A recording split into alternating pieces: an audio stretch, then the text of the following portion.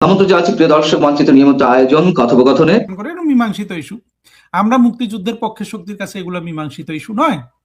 সুতরাং আমরা এটার বিচার করবই, তদন্ত করব এবং ভবিষ্যতে যাতে এই ধরনের জঙ্গি উত্থান আর না হয় সেটা আমরা করব। কিন্তু জঙ্গিরা জানে, ওরা জানে যে আসলে ওরা বাঁচতে পারবে না। ওদের ইয়েটা আপনার 5 আগস্টের পরেই কিন্তু ফেল মেরে ফেলছে। ফেলটা কি এটা আমি আগেও বলেছি, এই ধরনের জঙ্গিবাদের উত্থানের পরে আপনার কোটি কোটি মানুষ মেরে ফেলতে হয়।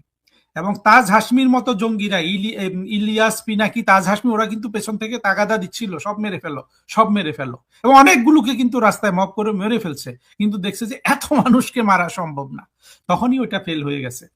এবং ওরা সবাই ফাঁসির দড়ি, ওদেরকে তাড়া করে ফিরছে। ইউনুস যদি মরে না যায়, ইউনুস এই সব জঙ্গিরা এরা যদি পালিয়ে যায়, আপনার বঙ্গবন্ধুর যে পলাতক আশা খুনিরা আছে তাদের মতো জীবন যাপন করতে পারে। স্বাভাবিক জীবনের গ্যারান্টি তারা হারিয়েছে। এখন এটা আওয়ামী লীগ ক্ষমতায় আসার জন্য শুধু অপেক্ষা করতে হবে, এবং তার সব চিহ্ন কিন্তু দেখা যাচ্ছে। সাধারণ মানুষ তো যারা অর্থনৈতিক সমৃদ্ধিতে তাদের কথা ভাবতে শুরু করছে।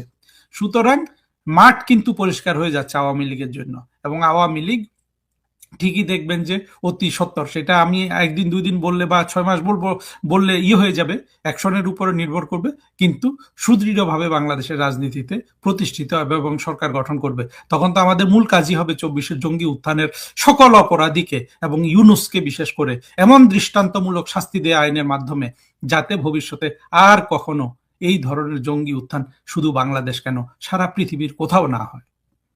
যদি বিএনপি আওয়ামী লীগ একজোটে কাজ করে একটা ভালো হয়, হতে পারে। যদি সত্যি সত্যি তার, আপনি যে বললেন যে সরকার কেমন চলছে, সরকারের সবাই বলছে যে না, তারেক রহমান উদার হয়ে গেছেন, চেঞ্জ হয়ে গেছেন, তাহলে তারেক রহমানের পক্ষে এখন রাষ্ট্রনায়ক হওয়ার একটা সুযোগ এসছে। এই দ্বিদলীয় ব্যবস্থায় উনি যেটা অতীতে নষ্ট করেছেন সেটা উনি সেটার পক্ষে কাজ করে, আমি এটাতে কোনো সমস্যা দেখি না। আমি বিশ্বাস করি না, কিন্তু বিশ্বাস না করেও বলতে চাই যে আসুন, ফিরে আসুন। তারেক রহমানের প্রতি পরামর্শ দিচ্ছি, হ্যাঁ, আমরা পরামর্শটা দিতে পারি, ফিরে আসুন।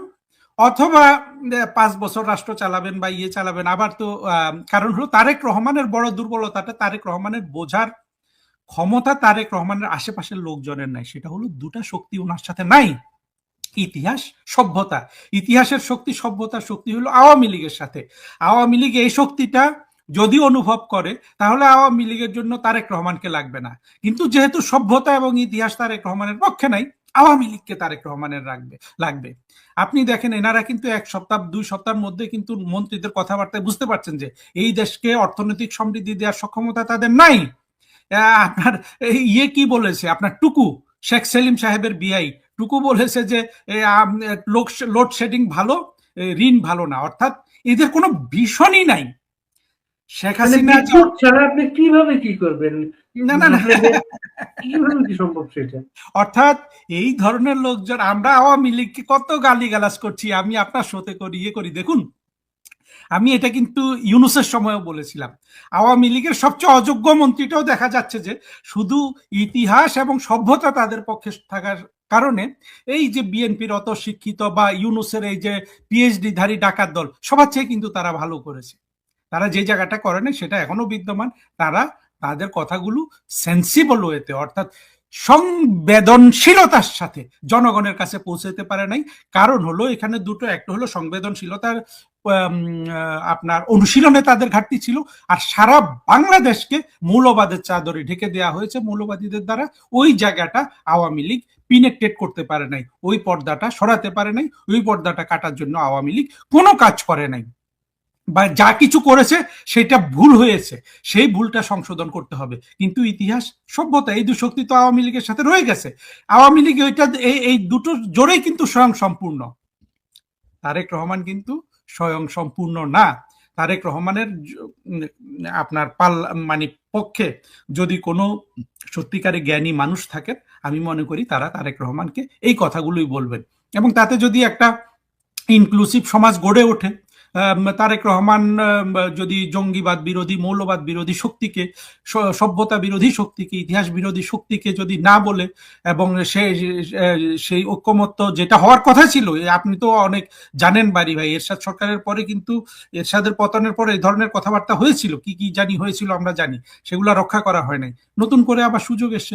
সেটা যদি করা হয় তাহলে বিএনপির সমর্থকরা সমাজে আপনার মূল ধারায় ফিরে আসবে, সেখানে মুক্তিযুদ্ধকে সবাই সম্মিলিতভাবে শ্রদ্ধা জানাবে। আজকে তারেক রহমানরা যেভাবে লুকোচুরির মাধ্যমে জানাচ্ছেন, এইভাবে জানানোর দরকার নেই। কিংবা আওয়ামী লীগের তরফ থেকেও জিয়াউর রহমানকে নিয়ে অযথা আপনার গালিগালাজ করার দরকার নাই। হ্যাঁ, আমরা জানি যে জিয়াউর রহমান বঙ্গবন্ধু হত্যাকাণ্ডের পেছনে কর্নেল রশিদরা, যেটা আমরা পাবলিক ডোমেইন থেকে জানি যে গিয়েছিল, উনি কিছু করেন নাই।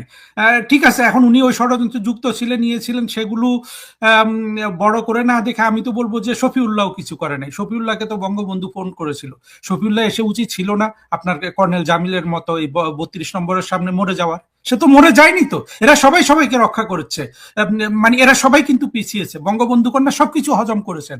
আমাদেরকে কিছু কিছু ইতিহাস হজম করতে হবে, করে আমাদের একটা দ্বিদলীয় ব্যবস্থা কায়েম করা যেতে পারে। এটা শুধু বিএনপি এবং তারেক রহমানের সদিচ্ছার উপর নির্ভর করছে। আপনি যে বলছেন তারেক রহমান কেমন চালাচ্ছে, তারেক রহমান যদি ওই সদিচ্ছাটা দেখাতে পারেন, তাহলে আমি বুঝবো যে তারেক রহমান জ্ঞানী হয়েছেন, পরিবর্তিত হয়েছেন, একজন সত্যিকারের রাজনৈতিক নেতা হয়েছেন।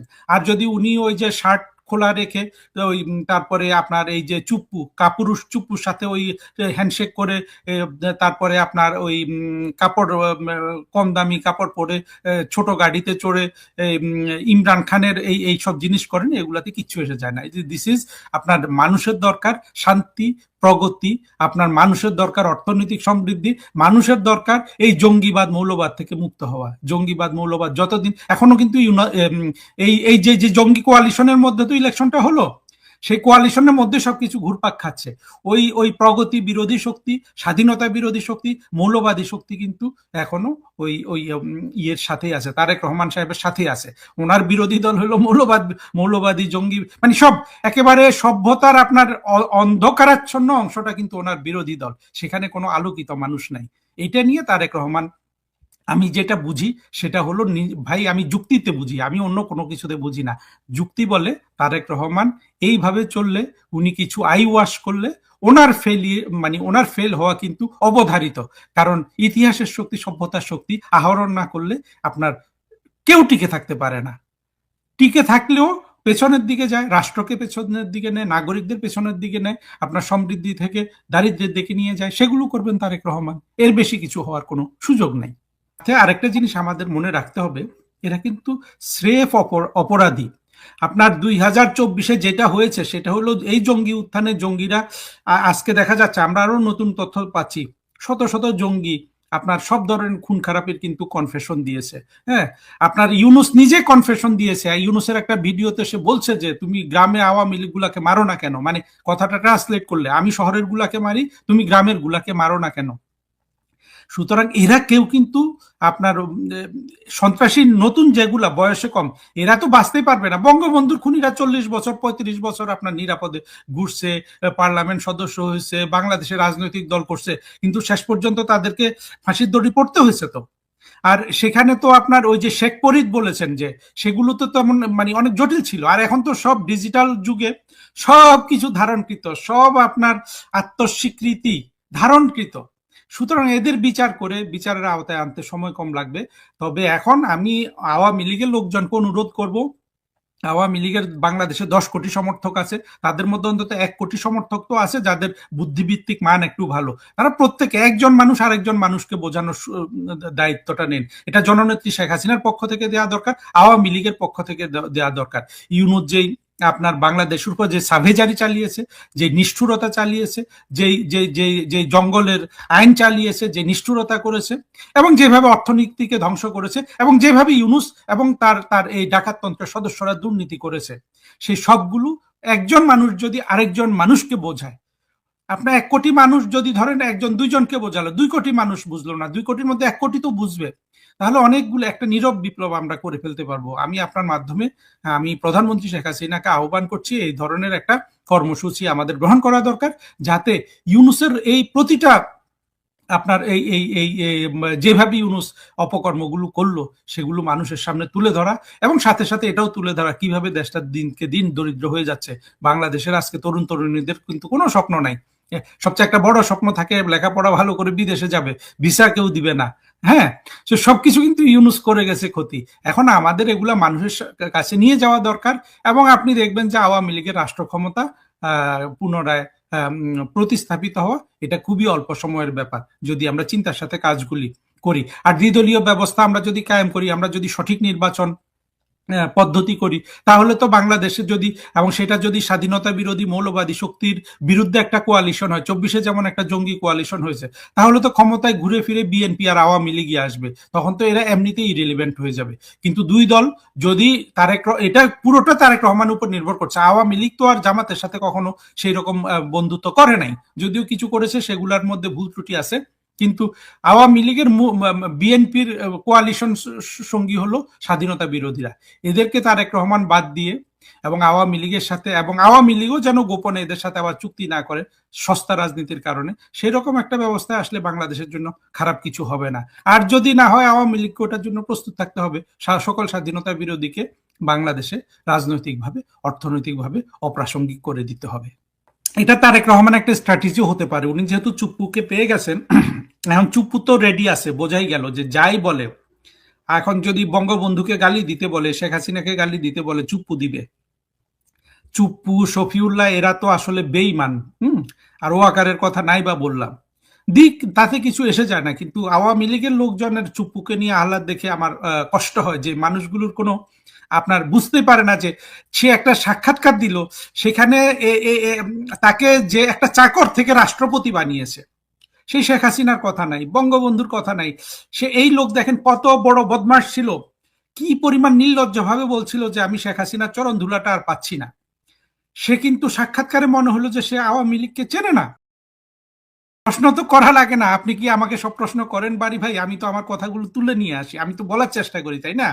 সাংবাদিকের প্রশ্ন করবে, সাংবাদিকরা তো এখন সবাই তারেক রহমানকে খুশি করার জন্য যা যা করবে। কোথায় জানি দেখলাম যে চুপ্পু এটা নিজের এই ইন্টারভিউ বোধহয় মেকানাইজড, অর্থাৎ তারেক রহমানের কোনো একটা পলিসির অংশ হতে পারে সেগুলা। মোট কথা হলো চুপ্পুর ভূমিকা রাখার সুযোগ ছিল আপনার 5 অগস্ট, 6 অগস্ট, 7 অগস্ট। চুপ্পু তো কিছু করে নাই। এখন চুপ্পু ভালো কি করলো মন্দ কি করলো এগুলো আসলে আমাদের কিচ্ছু এসে যায় না। চুপ্পুকে সংসদে, চুপ্পু এর আগেও কিন্তু শেখ হাসিনার ফ্যাসিস্ট মেসিস্ট বলে কিন্তু কাগজ বের হয়েছে। ও তো বলে যে আমি বাণী দিতে পারিনি, বাণী দিয়েছে এবং বাণীতে এগুলো লিখেছেও। তো সুতরাং আমরা কেন অবাক হচ্ছি চুপ্পু ওই কথাগুলো বলবে না? চুপ্পুর সেই সাহস তো নাই। থাকলে চুপ্পু তো আপনার রাষ্ট্রপতির পদটা ছেড়ে দিত, মেরে ফেলতো না, কিচ্ছু করতো না ওকে। কিন্তু সে নিজের আরাম আয়েশের জন্য থেকে গেল। পর্যবেক্ষণ হলো যে সাখাওয়াত সাহেব হলো আপনার মানুষ, একটা ছোট্ট একটা উপন্যাস আছে, নাম হইল মিস্টার জ্যাকিল অ্যান্ড ডক্টর হাইড, এক লোকের দুইটা চরিত্র। অর্থাৎ ডক্টর হাইড খুব ভালো, মিস্টার জ্যাকিল খুব খারাপ। এই সাখাওয়াত লোকটা ওই ধরনের। সাখাওয়াত লোকটাকে আপনার কোনোভাবেই তাকে নিয়ে আপনি কিছু করতে পারবেন না। কিছু কিছু সত্য বলে, আবার সময় সময় মিথ্যা বলে, অর্থাৎ মিথ্যা এবং সত্যের মিশ্রণ। এই লোকের কি কোনো ব্যক্তিত্ব আছে? সে তার স্বীকারোক্তিতে যেভাবে তাকে অপ্রাসঙ্গিক করে ফেলেছে জঙ্গিরা এই ইউনূসের গভর্নমেন্টে, সে তো ফিরে আসে না, সে ওই লোভ লালসায় থেকে গেছে। এখন সে কথা বলছে এগুলো আর্মির লোক বলে, আর্মির লোককে কেউ কিছু করে না, এরা বাংলাদেশে থাকতে পারবে ভবিষ্যতে। এই কিন্তু যে দেখেন, সে কিন্তু এর মধ্যে বলছে যে সব দিল্লি কেন্দ্রিক। আমাদের এই দিল্লি কেন্দ্রিক একটা কথা ছিল তার তার তার ইন্টারভিউতে। আমি মানে যেটা গুরুত্বপূর্ণ ওইটা নিয়ে আলোচনা করছি। সে তো বলেছে ওগুলা ঠিক আছে, এই মিথ্যাটা সাখাওয়াতও বলে দিচ্ছে। অথচ শেখ হাসিনাই একমাত্র রাষ্ট্রনায়ক বাংলাদেশের। দিল্লি বলুন, ওয়াশিংটন বলুন, চীন বলুন, যাদের কাছ থেকে ফিয়ার্সলি একেবারে আপনার অত্যন্ত তীব্রভাবে দেশটাকে নিজের হাতে রেখেছে, কারো হাতে বিক্রি না করে। হ্যাঁ, সবার থেকে লাভ লাভ নেয়ার চেষ্টা করেছে।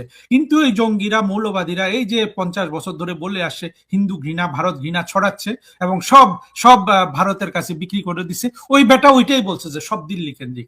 আমাদের আসলে এই জায়গাটাই কাজ করতে হবে এবং প্রত্যেকটা মানুষের এই যে একটা অসুস্থ মানসিকতা তৈরি করে ফেললো। সাখাওয়াত যখন বলে সবকিছু দিল্লি কেন্দ্রিক, সাখাওয়াত তো সুস্থ মানুষ না। কোন সুস্থ মানুষ তো এই ধরনের প্রপাগান্ডা গিলতে পারে না। অর্থাৎ বাংলাদেশের পুরো সমাজটাকে জঙ্গিরা, মৌলবাদীরা, পিনাকিরা, ফরাদ মজাররা অসুস্থ করে ফেলছে, যে কোনো প্রমাণ না থাকা সত্ত্বেও বাংলাদেশের মানুষ বিশ্বাস করে সবকিছু দিল্লি কেন্দ্রিক শেখ হাসিনার সময়। এখন এই দিল্লি কেন্দ্রিক বিষয়টাকেই স্বাভাবিক করতে হবে, আমাদেরকে ওই জায়গায় ফিরে আসতে হবে। এখানে ভারতের প্রজ্ঞা নাই, আওয়ামী লীগের প্রজ্ঞা নাই, প্রজ্ঞার সূচনা করতে হবে। কিন্তু এই অসুস্থ সাখাওয়াতকে আর সুস্থ করার সুযোগ নাই। বাংলাদেশের তরুণ তরুণীদের কাছে বাংলাদেশের গল্প, আওয়ামী লীগের সাফল্যের গল্প নিয়ে যেতে হবে। দেখুন, সাখাওয়াত একটু সত্য বলে আবার তার কোন জায়গায় ক্ষতি হয়ে যায় ভেবে বলে, অর্থাৎ সেও কিন্তু তার কথা ঘুরাচ্ছে। তখন একটা বলেছে, এখন আরেকটু ঘুরিয়ে বলছে, অর্থাৎ সে সাহস করে সব সত্য বলার সুযোগ নাই। কিন্তু দেখেন, এটা সাখাওয়াতের এই বলা না বলায় কিছু এসে যায় না। এটা প্রতিষ্ঠিত যে 2024-এর এই জঙ্গি উত্থানে জঙ্গিরা মানুষ মেরেছে, জঙ্গি মেরেছে। যেমন আপনার মুগ্ধ একটা জঙ্গি ছিল, তারপরে আবু সাইদ একটা জঙ্গি ছিল, এদেরকে মেরে ফেলছে, অনেককে মেরে ফেলছে। এবং আমাদের যেটা করণীয়, ভবিষ্যতে প্রতিটা লাশকে, আমি আরো একটা টকশোতে আরেকজন ভাইকে বলতে দেখলাম এবং যেটা আমি সমর্থন করি, প্রতিটা লাশকে তুলতে হবে, যত বছর পরে হোক। প্রতিটা লাশকে তুলে এনে যতটা বৈজ্ঞানিকভাবে তথ্য সংগ্রহ করা যায় পরীক্ষা করে করতে হবে যে কি হয়েছিল সত্যিকারের 2024-এ, যেখানে জাতিসংঘ মিথ্যা কথা বলেছে, সারা পৃথিবী ইউনুসের দ্বারা প্ররোচিত হয়ে মিথ্যা কথা বলেছে। আমাদের মুক্তিযুদ্ধের পক্ষের শক্তির উপর এই দায় বর্তায় যে 24-এ জঙ্গি উত্থানের প্রকৃত সত্য বাংলাদেশের মানুষকে আপনার খাঁটি এবং নির্ভেজাল তদন্তের মাধ্যমে সত্য তুলে এনে মানুষকে জানানো। আসসালামু আলাইকুম, আপনাদেরকে একটা খুবই গুরুত্বপূর্ণ আলোচনায় স্বাগত জানাচ্ছি। আমি আতিক রহমান পূর্বিয়া। বাংলাদেশের রাজনীতিতে ডক্টর ইউনূস এমন একটা প্যাচ লাগিয়ে চেয়েছিলেন। একটা জিয়া রহমানের একটা কোট বলে না, যে I make politics difficult for the politician. Zia Rahman কিছুটা করে গিয়েছিলেন, কিন্তু ডক্টর ইউনূসের খায়েশ ছিল এটা আগামী 100 বছরের জন্য বাংলাদেশের রাজনীতিবিদদের জন্য রাজনীতিটা টাফ করে যাওয়া। তার সেই আশা যে দুরাশা হচ্ছে, তার একটা প্রমাণ দেওয়ার জন্য আজকে আমি বসেছি আপনাদের সঙ্গে। প্রমাণ ঠিক বাস্তবিক অর্থে কাঠখোট্টা প্রমাণ এই মুহূর্তে 100% না হলেও আপনাদেরকে আমি ধারণা দিতে পারবো এবং আপনারা বুঝবেন। আমি যদি বলি যে জুলাই সনদ এবং গণভোট যে মেইন এজেন্ডাটা ডক্টর ইউনূস বাস্তবায়ন করতে চেয়েছিল বাংলাদেশের রাজনীতিতে এই 100 বছরের জট লাগানোর জন্য, সেটার মুখে ছাই পড়ছে। আপনারা কি বিশ্বাস করবেন? না। বিএনপি গভর্নমেন্ট সংসদে বসে ওই যে বলি না যে আওয়ামী লীগ নিষেধাজ্ঞা বিএনপি কলমের খোঁচায় প্রত্যাহার করবে না, এই দায় বিএনপি কাঁধে নিবে না। জুলাই সনদ এবং গণভোট, এটার দায় বিএনপিকে নিতে হবে না। এটা অটোমেটিক্যালি যেভাবে করেছে ডক্টর ইউনূস, এই গণভোট বাংলাদেশের সংবিধানে নাই। আর কিচ্ছু লাগে না তো, আর কিছু লাগে না। গায়ের জোরে ইউনূস এই গণভোটের আয়োজন করেছে। এই বাংলাদেশের গরিব দেশের 2-4-500 কোটি 411 কোটি টাকা শুধু এটার প্রচারের পেছনে খরচ করেছে, তার হাঁ পাশ করানোর জন্য। তারপর গণভোটের আয়োজনের খরচ আছে। এই গরিব দেশের উপরে সেই বোঝাটা চাপিয়েছে, যেটা বাংলাদেশের সংবিধান নাই। সংবিধানে যেটা নাই, আপনি চাইলেই কোনোভাবে ডক্টর ইউনূস যে গায়ের জোরে করেছে, আপনিও যদি গায়ের জোরে সংবিধানে এটা সম্পৃক্ত করতে চান, যেটা এখন জামাতে ইসলামী এবং এনসিপি চাচ্ছে, সেটা ধুপে টিকবে না বাংলাদেশে।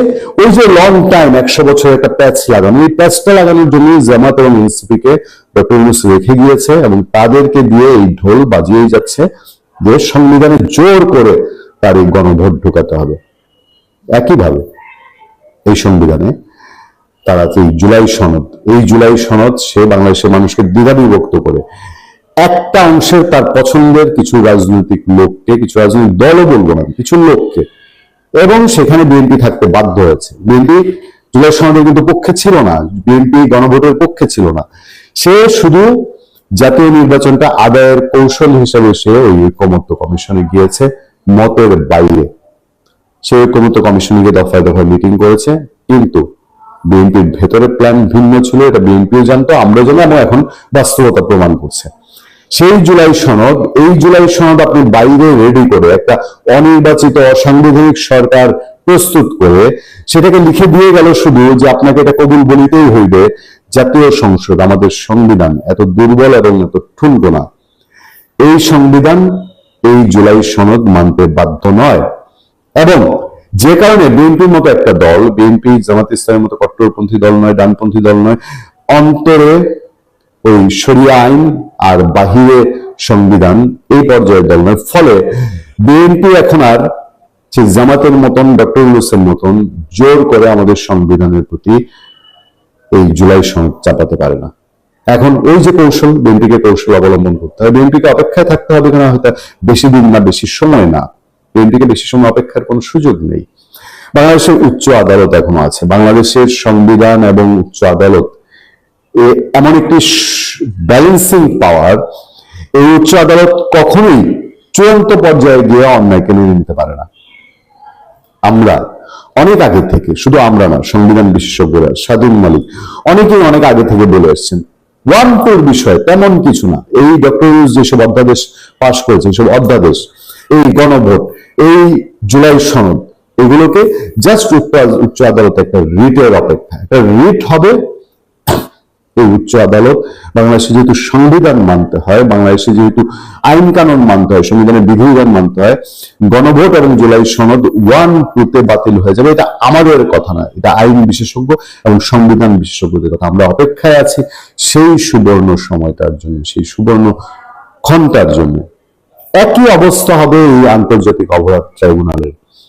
আমি নিশ্চিত করে আপনাদেরকে বলতে পারি, বিএনপি সরকারের সামনে এই আন্তর্জাতিক অপরাধ ট্রাইব্যুনাল, যেটা ডক্টর ইউনূস সাজিয়ে পারিয়ে রেখে গেছে, পরিয়ে রেখে গেছে, সেটাকে পুরা খোলনালচা বদলে ফেলতে হবে বিএনপি গভর্নমেন্টের। এছাড়া বিএনপি গভর্নমেন্টের সামনে কোনো ওয়ে নেই, কারণ এই আন্তর্জাতিক অপরাধ ট্রাইব্যুনালও উচ্চ আদালতে রিটের সম্মুখীন হবে।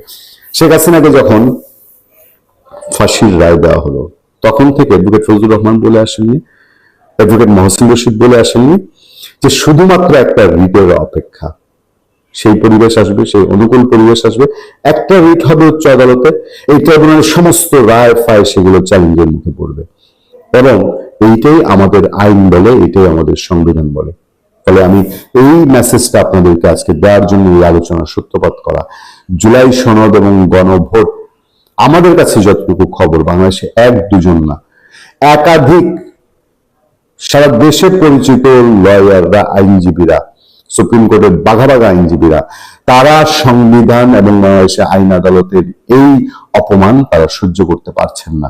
যে গণভোট নাই সংবিধানে, তারপর জোর করে ডক্টর ইউনূস সেটা উদযাপন করে গেছে, সেটা চাপিয়ে দিয়ে গেছে জাতির উপর। এইসব বিষয়ে উচ্চ আদালতের দ্বারস্থ হওয়ার জন্য আমাদের দেশ সেরা খ্যাতিমান আইনজীবীরা এখন মুখিয়ে আছেন। আমরা তাদের তৎপরতার দিকে চোখ রাখতে চাই। ভালো থাকবেন, সুস্থ থাকবেন। আপনাদের সাথে আমি আতিক রহমান পূর্ণিয়া। শুধু সেই জন্যই বলছি, জুলাই সনদ এবং